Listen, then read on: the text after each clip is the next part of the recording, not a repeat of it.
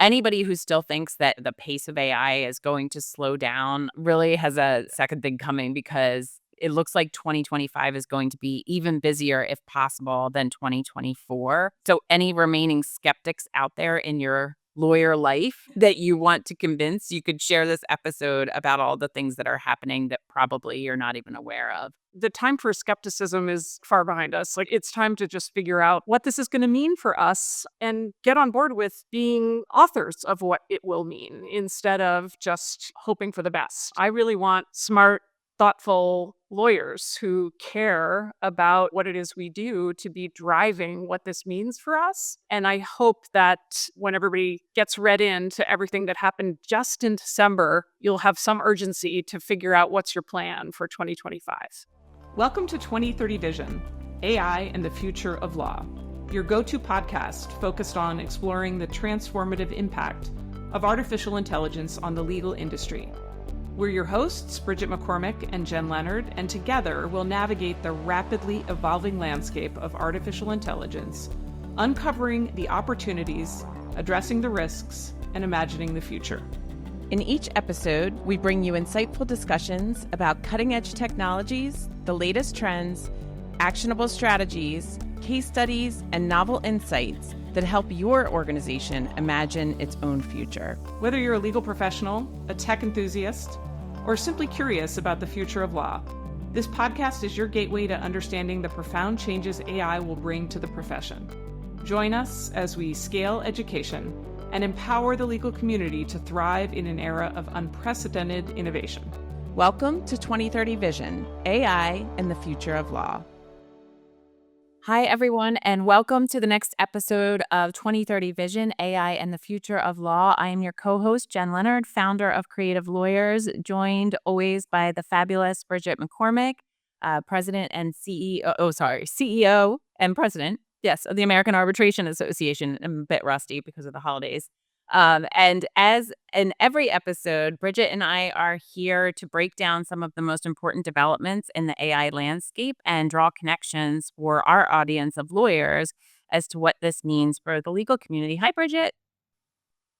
Hi, Happy New Year. And I answer to anything. You can call me president, CEO, or anything else. My adult children call me Hey Lady. I answer to that. So it doesn't really matter. Whatever you want to call me, you call me. Happy New Year. It's great to see you. It's great to see you too. And on our episode today, we are kicking off the new year by filling people in on the end of the last year, which I think most people probably missed. It was hard even for me to keep track of as somebody who follows this really closely.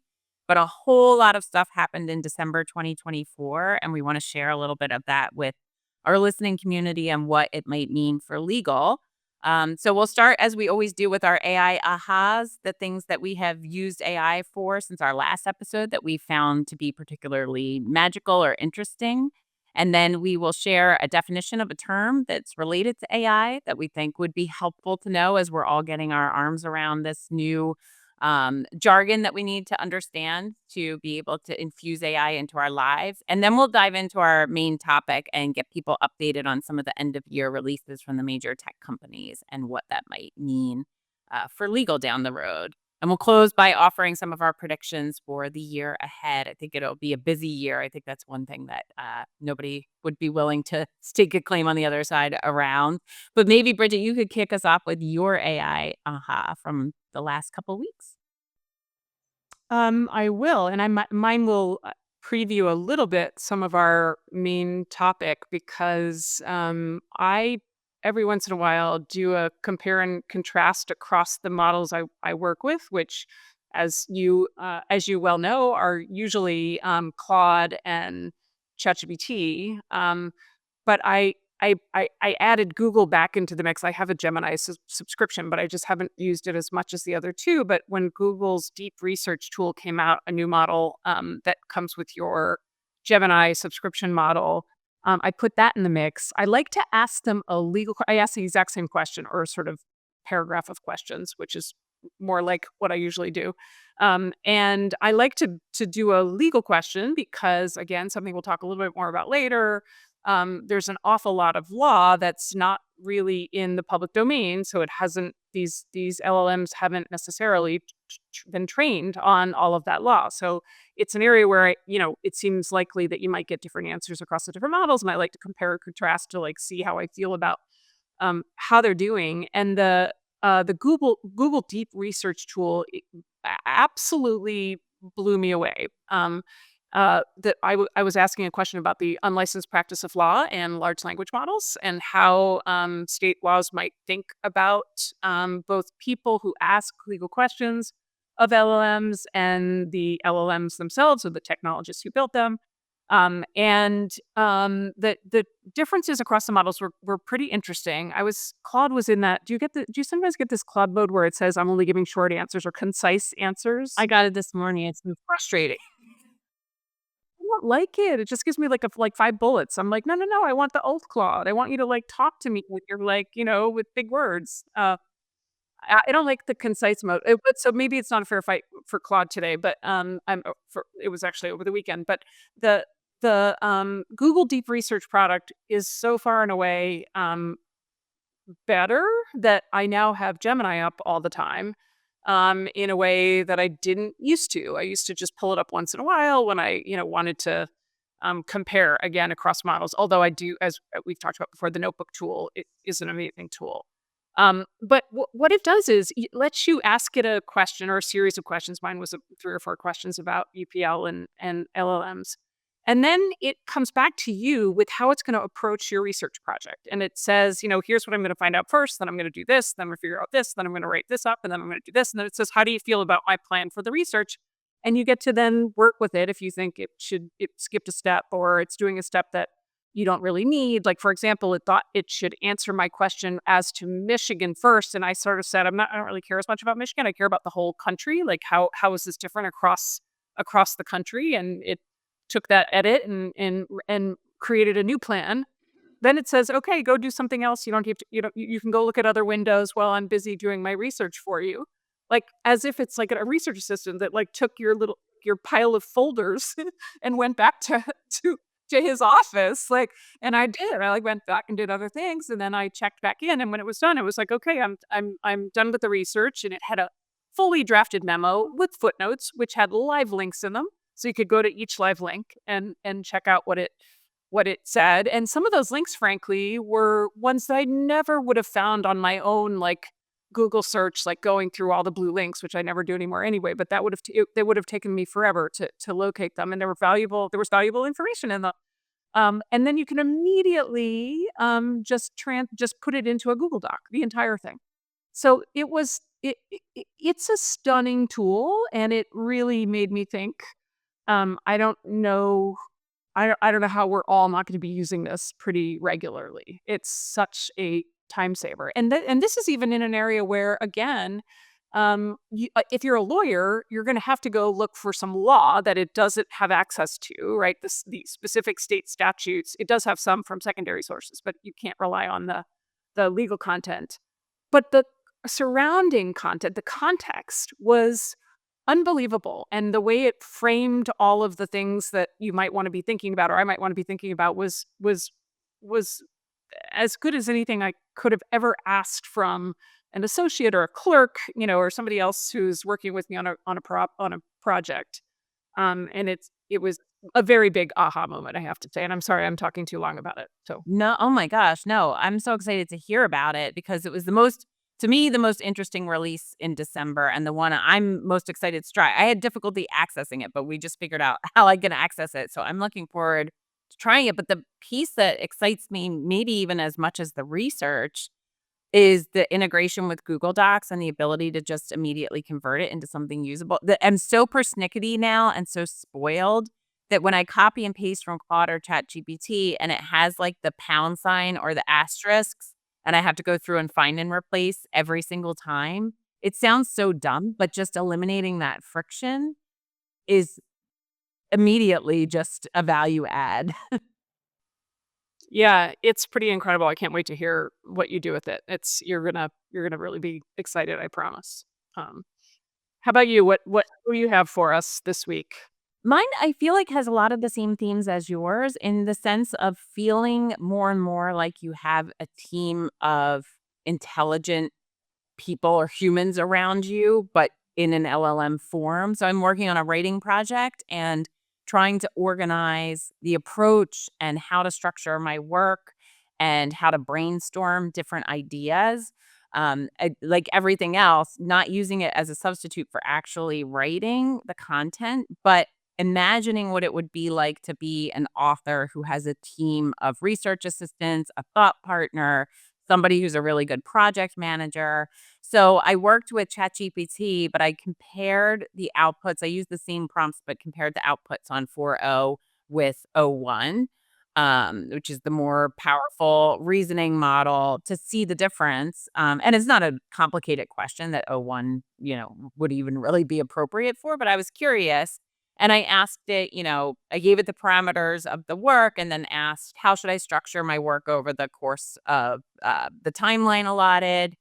What are some areas I might explore that I'm not thinking about? And how could I work with and I specifically asked it for other AI tools, not ChatGPT or Claude, that I might not be aware of that could be helpful. And I thought it was interesting because both of them generated helpful responses, but O1's were better. It offered me more context in the response as to how it got the AI suggestions it got, and both of them surfaced some new tools that I hadn't heard of before. Like there was this one tool called Semantic Scholar. Are you familiar with that? I don't know it. Mm-mm. It looks a little bit like the SSRN interface, but it feels very, very robust. It claims to have over 220 million academic papers across all different disciplines. And I ran a few like quick prompts into it and it was great. It has these like useful features like it will automate your citations, which is always another friction point. It will create online folders that organize your research. It'll that sort of show you like the highly influential citations to the paper.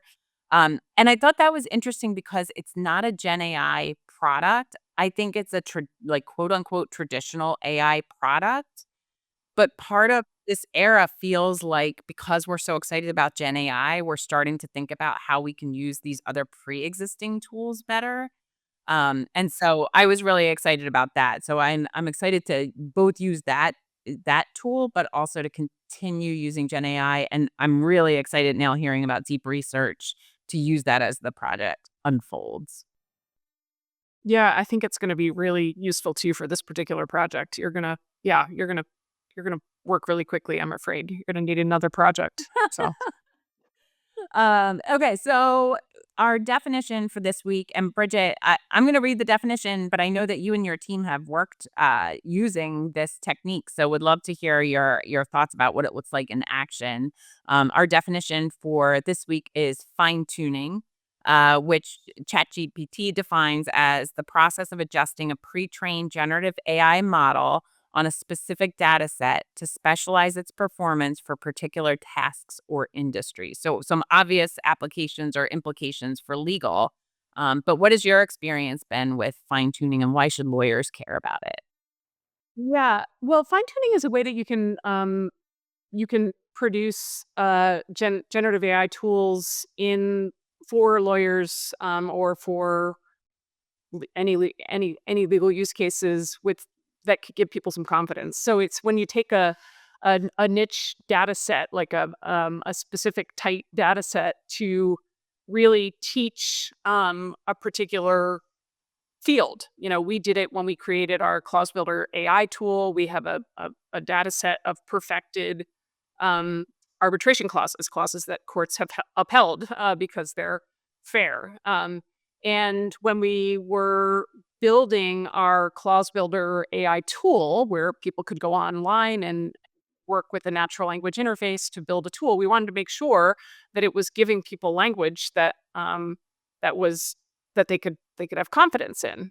So we used our library of perfected tools and fine tuned our tool using that data set. We did the same thing with our generative AI scheduling order tool. I mean, for the most part, the data set with that tool is the Zoom hearing of the particular um, of the particular preliminary hearing, the Zoom transcript of that hearing, but we've done so many of them that we have a data set to fine tune the tool on, so it knows what the elements are of a scheduling order, and it can put that together without hallucinating. It's one of a number of techniques that engineers, technologists, or just lawyers who are building a tool for use in their own firm can use to give themselves some confidence about its outputs. We even did it with we built an HR chatbot over all of our HR information so that the HR team is amazing, but if there are questions that can be answered by the chatbot, that's, obviously saves them for higher use cases, and you can use it there as well. So it's not only for lawyers, of course, it would be just as useful in many other fields, but it's a great technique for giving confidence in a generative AI tool. Yeah, I imagine in medicine, they're using this for, reading scans and creating different data sets for the different ways that we get diagnostics. But as you said, it's not only just across a single field, but within an organization, you can fine tune your GPT technology in different ways for different applications. Very cool. Great. Well, why don't we dive into our main topic because it's a meaty one this week, as it feels like they are every week. But uh, our main topic this week is really about what happened in December of 2024. And if you're like most people, you were probably professionally trying to wrap up the end of your Q4 work or your end of year commitments, and personally just buzzing about with holiday activity and probably not paying attention to a lot of tech releases. But a whole lot happened in December. Many, many releases from the major tech companies. We won't mention every single release that happened in December. Really, just because we can't even keep track of all the releases that happened, but also not to confuse people because it's so much. But the point, I think, really is to make clear that anybody who still thinks that the land of AI or the pace of AI is going to slow down, or, peter out, really has a second thing coming because it looks like 2025 is going to be even busier, if possible, than 2024. So any remaining skeptics out there in your lawyer life that you want to convince, you could share this episode about all the things that are happening that probably you're not even aware of. What do you think, Bridget, about December? Yeah, I mean, I think that's the right introduction. I mean, we do have a list of all of the releases from the major companies, but it isn't. I first of all, a number of them aren't necessarily relevant, and I want to say that I haven't experimented with a number of them yet. I actually had this idea that over the holiday break, I would be able to, with all this free time, experiment and figure out all of the things that had been released in December, and that didn't happen. So I am now scrambling to learn all of the new things that are available to us as I do everything else that's back on my plate. But I do think that that's the point is the one that you made, which is the time for skepticism is like far behind us. Like it's time to just figure out what this is going to mean for us and us in our profession. I mean, and get on board with being authors of what it will mean instead of just kind of hoping for the best. I really want smart, thoughtful lawyers who care about, what it is we do to be driving what this means for us. And I hope that when everybody gets read into everything that happened just in December, you'll have some urgency to figure out what's your plan for 2025. Well, first, I'm really happy to know that you weren't spending your whole holiday break playing around with large language models and enjoying your friends and family. But we are going to talk about three major tech companies. Really, the main two are OpenAI and Google. And we'll also mention Amazon at the end just because we think it's an interesting development. I'm going to start with the OpenAI releases and then toss it back to you, Bridget, to share a little bit about Google. But OpenAI had this rollout in December that it called 12 Days of Shipmas, SHIP. because in the tech world, they ship new products. So every day of the 12 Days of Shipmas featured a new product from OpenAI. And I am not going to read all of the 12 products, but just know that each and every one of them was interesting and unique and has all sorts of applications and implications. And some of them focused on video generation, which will be particularly interesting down the line. And others were really designed more for technologists and app developers and might not be immediately apparent how we would use them. But we wanted to focus on a few. So on the first day of shipments, I feel like we should sing this. On the first day of shipments, OpenAI gave to me O1 and ChatGPT Pro. So this was a full release of the O1 reasoning model, which we've talked about before, which really moved from just having outputs that we used user feedback to strengthen and refine to really being a reasoning model that focuses on the internal quote unquote reasoning that the large language model does to reach an output. And so this was the full release of that model. It offered faster, smarter, and more accurate AI responses. And OpenAI also introduced ChatGPT Pro, which is a $200 per month subscription that provides access to advanced models, including O1, O1 MIDI, GPT-4o, and advanced voice mode.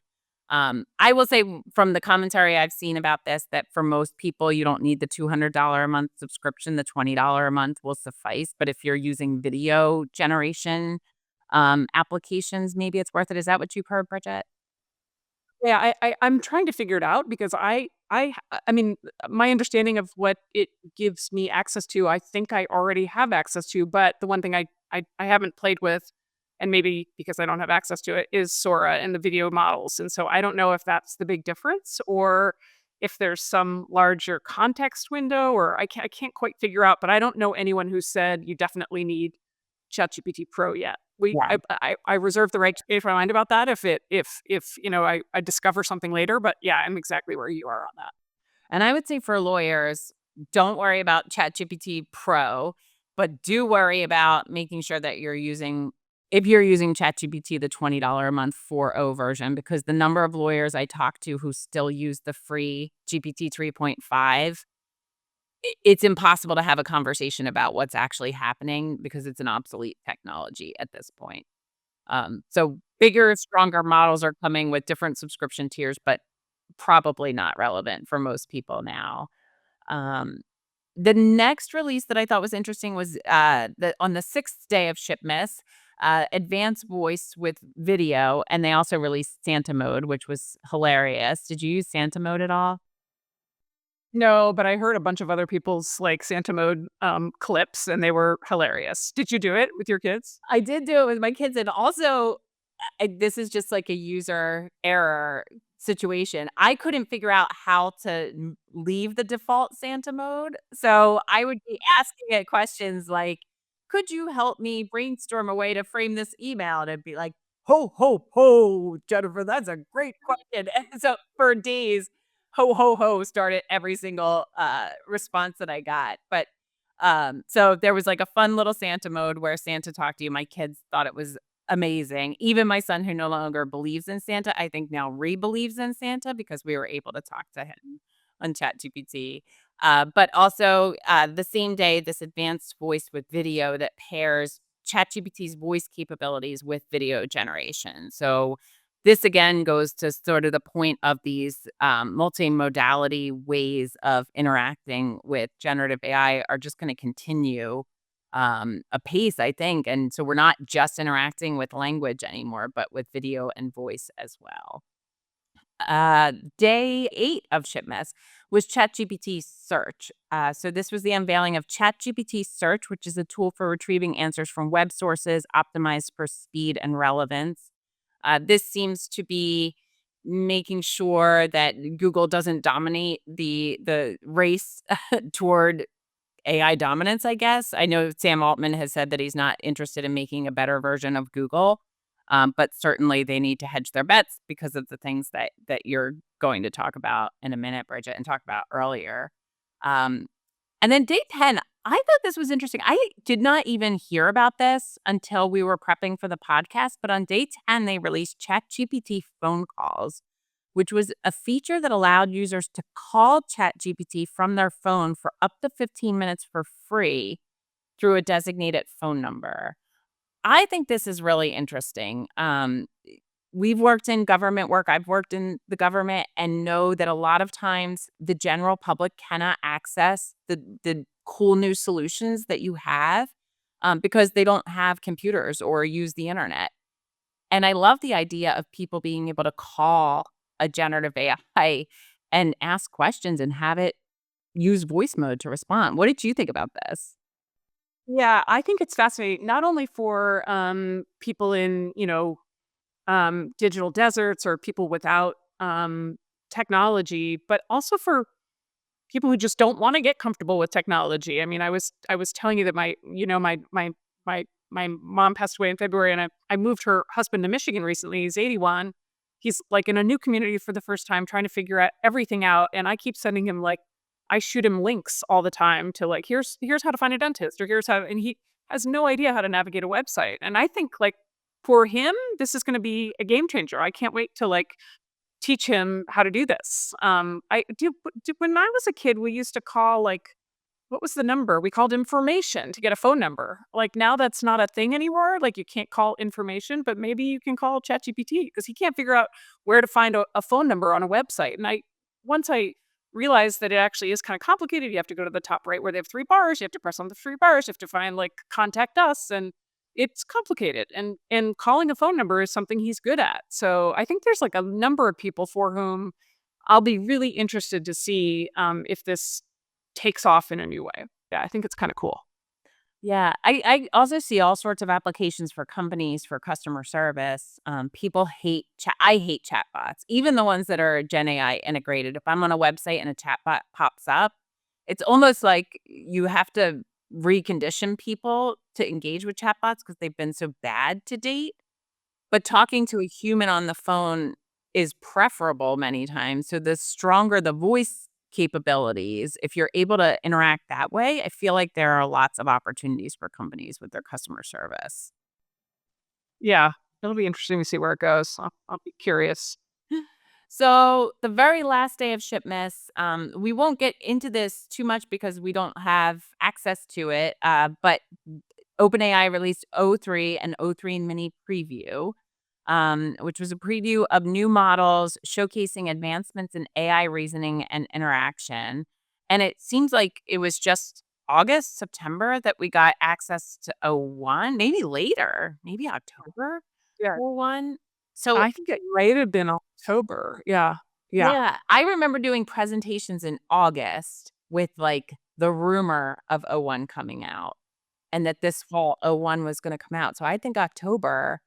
And, like, not even 2 months later, you're already having the preview of more powerful models. So these are built on those earlier reasoning models, but have significantly enhanced capabilities, and I don't know what those enhanced capabilities might be. Do you have a sense, Bridget? I watched the last day of Shipmas, and then I read what everyone who had advanced access to it was saying about it.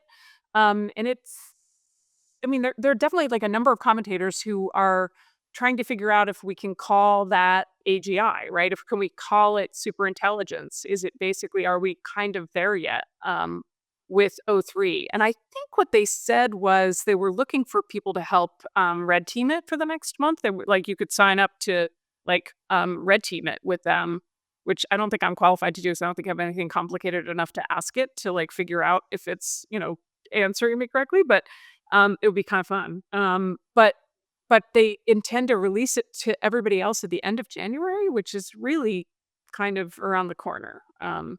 So that's pretty stunning, um, step forward, or will be a pretty stunning step forward, and I think I told you earlier that I read this morning Sam Altman's blog post from yesterday kind of about what what's happening quickly, and he also had a very As always happens, he had one of these tweets, I think yesterday. Did you hear the 6-word tweet about super intelligence?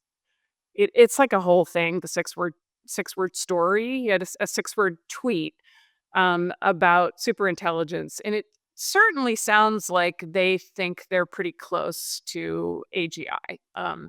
So I don't know if we're for sure gonna have AGI with O3, uh, but we're gonna have something pretty significant. If you're building technology with these, you need to know that this is happening. Yeah. Yeah, I've seen this, like, flurry of social media posts about contests for mathematicians to test the models and figure out what their capabilities are, and the commentary about, like, have we reached this point where the human capacity to actually assess the models is insufficient, or at least in very limited supply, which is really weird. Okay, so that was OpenAI's December, which is a lot to digest. But tell us, Bridget, what happened on Google's side of this arms race in December. Yeah, so Google did not structure it in the 12 days of Christmas format, but they did release some pretty significant new products that are worth focusing on. Again, not going to focus on every single one of them, but I'm going to highlight a couple. The first was Google's 2. Sorry, Gemini 2.0 was released, and that's its most advanced AI model to date, and it has agentic capabilities that can help developers and businesses and individuals who who use that as well. It supports text, audio, video inputs and outputs, I believe, and it can use tools. It can go. It acts agentically, I guess. It goes and uses tools like Google search, and I guess that's what deep research is a product of. Is deep research Gemini 2.0 basically? Is that what it is, or is it a separate release? I never understand what's what. I'm looking at the drop down menu for Gemini and they're listed separately. So there's Yeah. 2.0 experimental advanced and 1.5 pro with deep research. I don't know.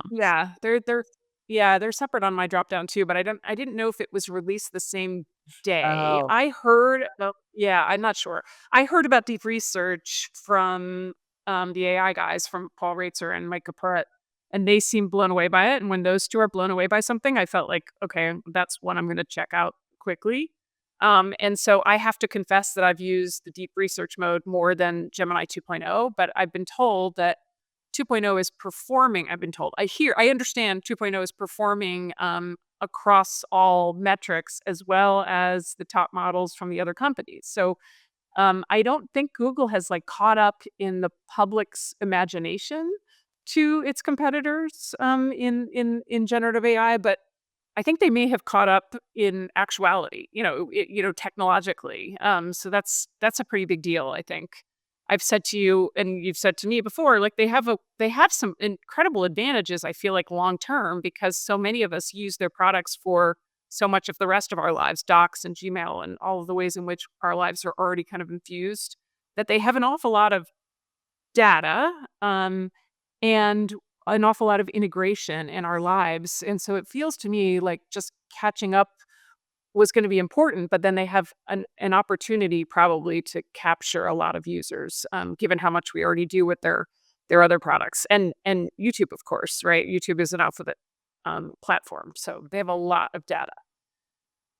The next one we've talked about their product Notebook LM before, and I know you've used it and I've used it to create. Well, it does a lot of cool things. The one that I've used it for is creating podcast. It like you can feed it a book or a chapter of a book or a paper, an academic paper, and say create a podcast, and it creates this extremely accurate and very realistic sounding podcast where two podcast hosts talk to one another. There's even sort of small talk and laughing, and they like interrupt each other and to deliver the content of the material. It's actually a fantastic tool, I think, for getting your content to people who want it in different ways. So we like at the AAA, we have a bunch of educational resources, webinars, and that are pretty valuable to lawyers and to people wanting to be arbitrators. And um, we want to use this tool to like provide that content in audio form so people can, listen to it when they're going for a walk or in their car or, the ways that we all now get content in new ways. Okay, back to the release. In December, they enhanced that tool in all kinds of new ways with new features like audio overviews. I heard someone saying on one of the podcasts I listened to that you can now interact with the podcast hosts. So you can ask them questions. Yes. Yeah. You can ask them questions about the material that they're talking about. So you could just insert yourself in the podcast, like, and interact with the material that way. And I think they also increase the capacity and ways that you can customize it and collaborate across your team to make it a more useful instead of just a cool tool. I think it's become one that it's going to be hard not to find use cases for if you work in an organization that has more than one person, which most of us do. So I don't know. Have you played with Notebook LM recently or not yet? I haven't since the release, but I do think, one of the challenges all organizations have is getting people's eyes on information, getting people to read emails, getting people to read newsletters. There's just too much going on in your inbox. And this feels like a new and magical way to, give people information. Even if you're thinking about, if you're on the law firm side and you're in marketing, you send out those client alerts to people, and probably some of your clients read them and probably some of them don't. But if you just send a podcast and your client can listen to it on the way home, rather than have to sit for a longer amount of time at their desk, that's a big differentiator to me. At least for me, the being able to listen to things in travel is like one of my life hacks, because I travel all the time. And so on the way to the airport, on the way to the waiting to board the plane, then on the plane, like those are times when I consume a lot of information, and to be able to put even more of the things that I have to consume into that format that now works pretty well for me is pretty great. So, the next one I want to mention briefly, even though I don't really understand anything about how it works, of course, is Google introduced this AI weather model, or they announced it. The DeepMind team, which is their research division, they launched this product called GenCast, which is an AI weather prediction tool that apparently outperforms every other weather forecasting model out there significantly. Like it can make really specific predictions um, significantly far out. I think up to 14 days or so. And I guess what it does is it adapts to the Earth's geometry, and it generates complex probability distributions for future weather.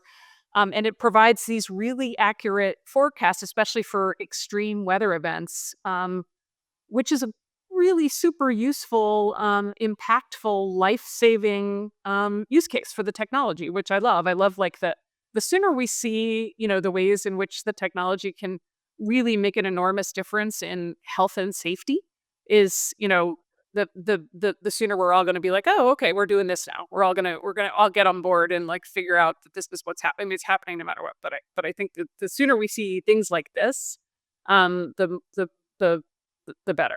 So I thought that was a really exciting story. I only heard about it. I haven't like seen it operate or can't tell you much more about it. Um, so those were the ones that I thought were worth mentioning. Again, there were a number of others. There was a lot of talk about the quantum chip that they released. I think nobody knows how to use that yet, but it's obviously going to be impactful when quantum computing is something we all do. And it's, I know, very cool that they're working on it, even though no one can really use it yet. And there were a number of other releases as well. But it was a pretty exciting month for Google. I think OpenAI had they got the attention with the 12 Days of Shipmas. I think that was very smart marketing. And I did myself every day. I was like, oh, I wonder what it is today. So worked, and I feel like otherwise in December, people are like you said, doing other things. So I think OpenAI grabbed the spotlight, but I think Google's specific products are extremely strong. And I see Google creeping up in this race a little bit. I think Google struggled a little bit, and was blindsided by OpenAI and didn't figure out early on enough about how to leverage their strengths in search and access to information and the Google Work Suite. And it feels like that's starting to shift a little bit. Yeah, I think so too. Yeah. Yeah, and then Amazon entered the chat in a new way, in its own way, right? Instead of just being a Claude investor. And I don't know that much about what Amazon is up to, but we should give folks a brief overview, right? Yeah, so we won't spend a lot of time on this. We thought the big takeaway from this is again to counter any skepticism out there that this is just hype or it's sort of localized to the same big tech companies that we've always been following. Amazon announced the release of its Nova suite, its own family of models. So this suite included 4 text generating models, Nova Canvas for image generation, and Nova Reel for video creation. And I have not been following this very closely, and I don't really plan to follow it very closely because I can't handle any more models. But I think it was our AI guys, Paul Ratzer and Mike Kaput, talking about Amazon generally being interesting to watch because of the internal transformation happening in at Amazon versus sort of our consumer-based scramble to figure out these models and keeping an eye on how Amazon is posting for jobs and specifically the quantity of jobs that they're posting for in the years ahead as they build out these internal AI capabilities. And so that seed was planted in my mind, and I've been thinking about, using that as a bellwether for how other industries might be impacted from a job standpoint. And I know that's different from the model releases, but to me, it just felt like Amazon's going all in on AI too. Yeah, that's really interesting, and I think that is something that a lot of the folks we listen to have been talking about recently. And also, I think in Sam Altman's blog post, he said 2025 is the year that agents enter the workforce. Like we're all going to have, agents basically as members of our teams, right? Um, Although I kind of already have one with deep research. So, Yeah. um, Yeah, and yeah. and there will be job disruption, and we talk about it on this podcast and others, but I was also thinking over the holidays about how almost every single person that I collaborate with, work with, talk to is so overwhelmed by the amount of work that they have, that I just think that there are huge opportunities to grow your ability to feel more capable of handling what you want to handle in your professional life without constantly being overwhelmed before we even get to job disruption and what that means. I don't know. Is that Yeah. overly optimistic? Made to Well, I feel very confident of that. I mean, you know, at least at the AAA, we all have way too much to do, and I feel like there are lots of things that we do now because we're used to doing them that we might not have to do eventually, and we can keep doing those things that we really do well and make a difference to the people we serve, and it'll be amazing when everybody can focus on those things. I think they'll be happier. I think the users will be happier. I think it's going to lead to a better way of serving our users and probably serving more users. So I don't yeah, I know that there are certain parts of jobs that people probably won't do anymore. But I'm not worried about fewer jobs. I think we're just going to be able to do more things and better things. we could talk about it another time. I watched on a plane over the break the movie Afraid. Have you seen Afraid yet? No, should I? I I don't know that it was like the greatest movie, but it was essentially like a Black Mirror type movie about generative AI. But at the beginning, when things are rosy, that's how I sort of imagined AI being the assistant that we all needed and being able to take things off of your plate. It doesn't turn out so rosy in the end, but I think there are a lot of leaps between the beginning and the end. Well, I'll have to likely be literate. I watched Somebody Somewhere. Have you watched that yet? The Oh, show? I know this is not AI, or the opposite of AI. It's like a woman who moves back to her hometown in Kansas, and it's amazing. It's a TV show, and they're only 30 minutes. You can totally do it. You'll binge it, I promise. It's No. fantastic. You'll love Oh, it. I have to Yeah. watch it. We just finished, Somebody said, Real Pain. Did you watch A Real Pain? "No, should I?" Yeah, it's really good. Do you like Kieran Okay, Culkin? okay. I do. Yeah. We need another podcast Okay. just for pop culture. So, what does all of the December activity mean for lawyers, Bridget? And we talked a little bit about why they might be making these releases or why not. And maybe we can just dive into why should we care as lawyers that these tech companies are releasing these things? They're not going to be immediately applicable to the work that most of us do. So, what's the upshot to you?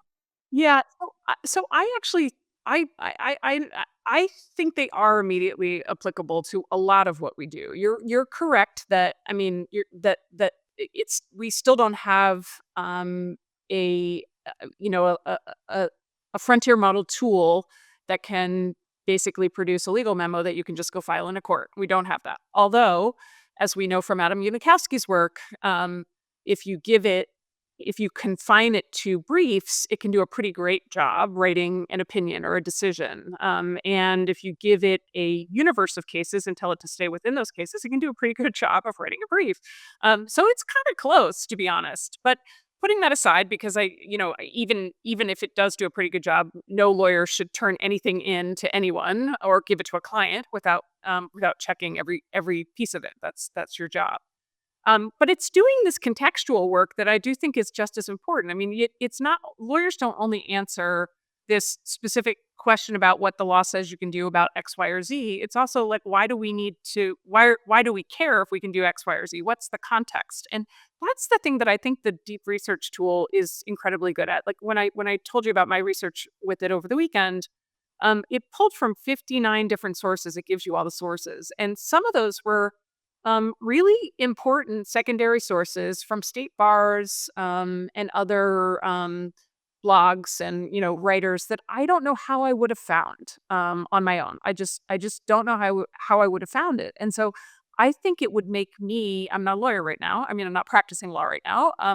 I think if I were practicing law, using these tools would make me a better lawyer right away because of that contextual support that there's no way I have time for. And I don't think I would burden and associate with. It's just like I really want to understand the context of my problem. Like, no, we're busy. We're just trying to do things. And I think it allows you to do that. So they are actually immediately useful.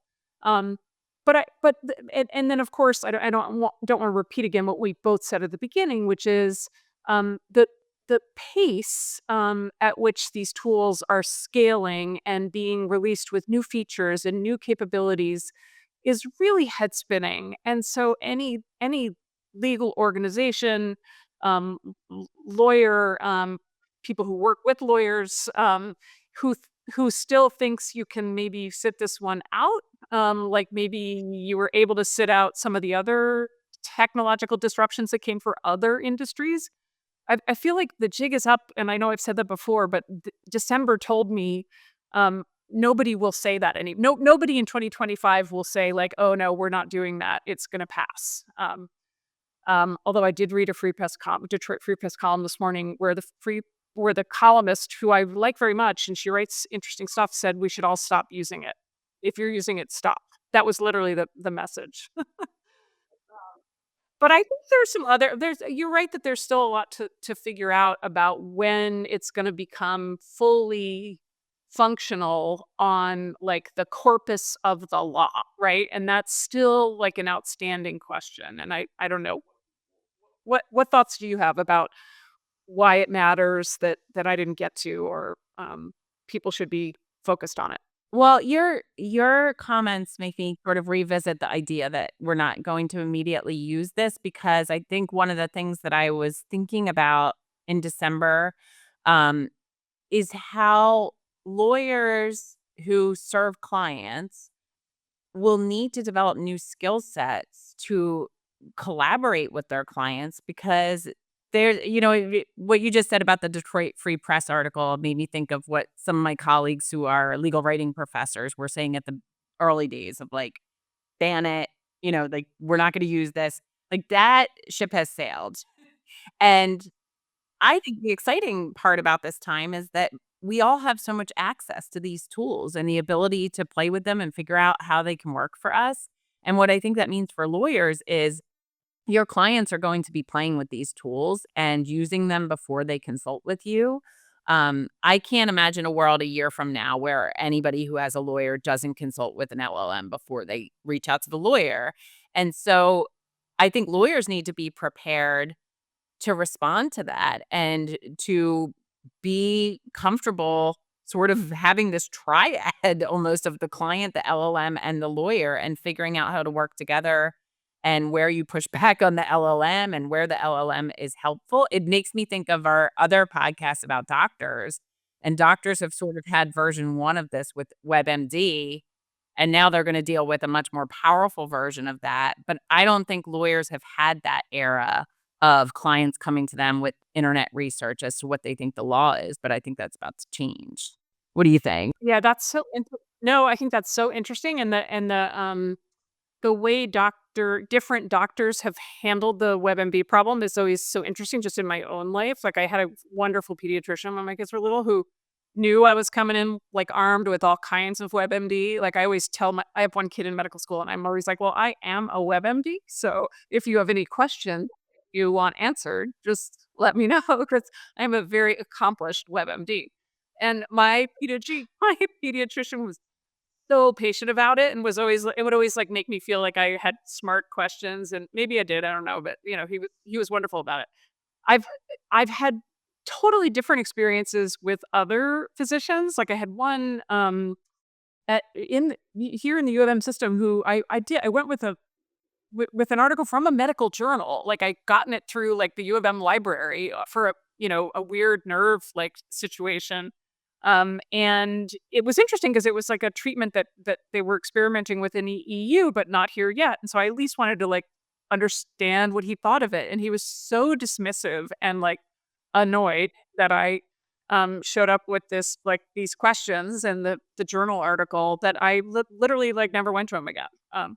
And meanwhile, I've had another doctor exactly the opposite reaction. She was like, "God, that's really interesting." Went and found, like, other information from other, like, EU journals, and figured out how to, like, do something about it. So it's interesting. I mean, I bet there will be lawyers on all sides of that equation as well, right? There will be some who will welcome the extra help, right? Um, Even if sometimes the extra help isn't quite right, they'll welcome the opportunity to explain why. And I think it'll give them an opportunity to show their client their value add, right? It's an opportunity, no matter how good or bad the extra advice is. I think it's so true, and I just had this experience with my doctor, and she's a great doctor, I love my doctor, and she's, I would say, relatively young, she's in her 30s, and I've noticed a change even in the few years visiting her as we've all had more access to information, and I sort of think about what this means for lawyers, like, to your point, I think doctors historically have sort of controlled the narrative on everything that happens in their interface with you. And at the beginning, maybe because she was closer to training, she was very by the book. And the more I come in with, I heard this interview with X person, or I read this article, or all my friends are talking about this one thing, the more open she, yeah, and we had an explicit conversation because I was telling her about AI in law, and she said, "I know the medical profession really needs to accept that people just have access to lots and lots of information and help them sift through what they're accessing to find the good stuff and not just try to be, you know, person up on a mountain who makes the declaration as to what the truth is."